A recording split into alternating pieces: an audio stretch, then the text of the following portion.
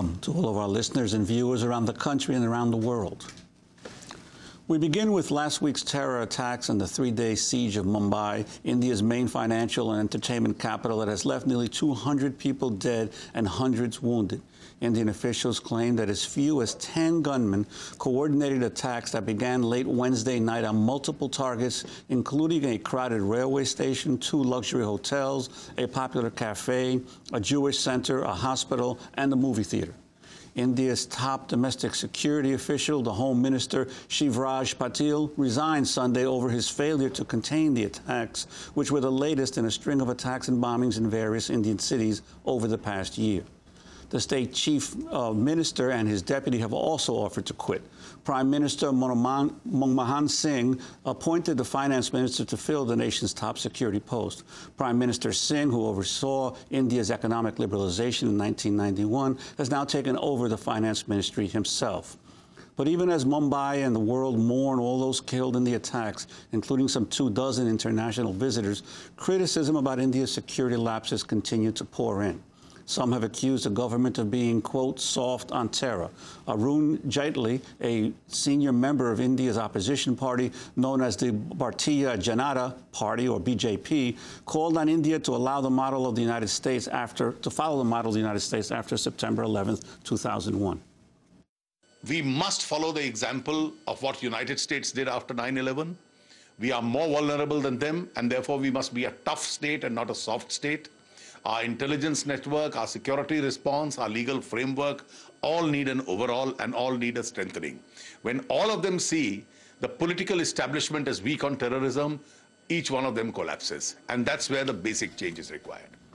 Meanwhile, tensions are rising between India and Pakistan over Pakistan's alleged role in the attacks.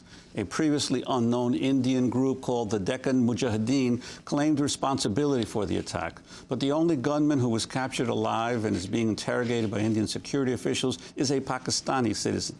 He has reportedly claimed the attacks were coordinated by the Pakistan-based Lashkar-e-Taiba, a banned Islamist group that has conducted attacks in Indian-administered Kashmir and elsewhere.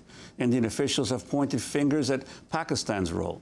But Pakistani Foreign Minister Shah Mahmood Qureshi, who was visiting India last week, insisted that allegations about Pakistan's involvement are just based on suspicions and not evidence. The Indian leadership has not blamed the government of Pakistan. Please be very clear on that. They are suspecting, at this stage, perhaps groups or organizations that could have presence here to this act. What we have said is, if they have information, if they have evidence, they should share it with us. Any entity or group involved in this ghastly act, the government of Pakistan will proceed against it. U.S. Secretary of State Condoleezza Rice will be visiting New Delhi on Wednesday in an attempt to diffuse tensions between India and Pakistan. Meanwhile, Indian Foreign Secretary Shiv Shankar Maran is in Washington, D.C. today to brief President-elect Obama's transition team about the situation. The U.S. Ambassador to India, David Mulford, pledged U.S. support to India after meeting with Foreign Secretary Menon this weekend. I'd like to express condolences to the people of India from President Bush, President-elect Obama, and from the people of the United States for this terrible terrorist attack which has taken place in Mumbai. We are deeply sympathetic. Our sympathies go to the families of those victims. And of course, the majority of victims were Indians. But for the first time, we've seen targeting of Westerners, including Americans. Until now, 6 Americans have been killed. And President Bush has directed us to offer cooperation to the Indian authorities in any way that we can. We will be doing that. The United States is very skilled in this field. We are, as you know, engaged in a global war on terror. We're joined right now by a roundtable of guests. In Chicopee, Massachusetts, by Vijay Prashad. He is chair of South Asian History and director of international studies at Trinity College in Hartford, Connecticut. His latest book is called The Darker Nations, A People's History of the Third World. His article on the Mumbai attacks comes out in Counterpunch today. Veteran Pakistani journalist, commentator, author Tariq Ali joins us on the phone from London. His book is called The Duel, Pakistan and the Flight Path of American Power. His article, The Assault on Mumbai, was published in Counterpunch last week, and we're joined here in our Firehouse studio by the New York-based activist Biju Mathew. He's with the Campaign to Stop Funding Hate and the Coalition Against Genocide, a co-founder of the New York Taxi Worker Alliance. His piece appeared in samarmagazine.org. It's called As the Fires Die, the Terror of the Aftermath. Let's start with Vijay Prashad. Talk about what you understand happened and why this is being called India's 9/11. Good morning, Amy. It's very unclear why this happened, and I think we would be speculating if we tried to be, completely, without contradictions and without any sort of unease when saying exactly what happened. But why this is called Mumbai's 9/11 is another question. Right when this was occurring, the relationship between 9/11 and Mumbai began to be made by the media. And, it's become something of a cliche now. Anytime there's any attack, they start to say, this is our 9/11. Whether it's the attack in London, whether it's the attack in Indonesia, everybody claims a terrorist attack now as their 9/11. And there's something ominous about this, because it means that the state has to then follow the playbook laid out by the Bush administration right after it experienced, of course, its 9/11, which is to say that you then go and start a war against an adversary that you claim did the attack, and simultaneously you begin to create a security apparatus inside your state to restrict the civil liberties of all people who live within that country.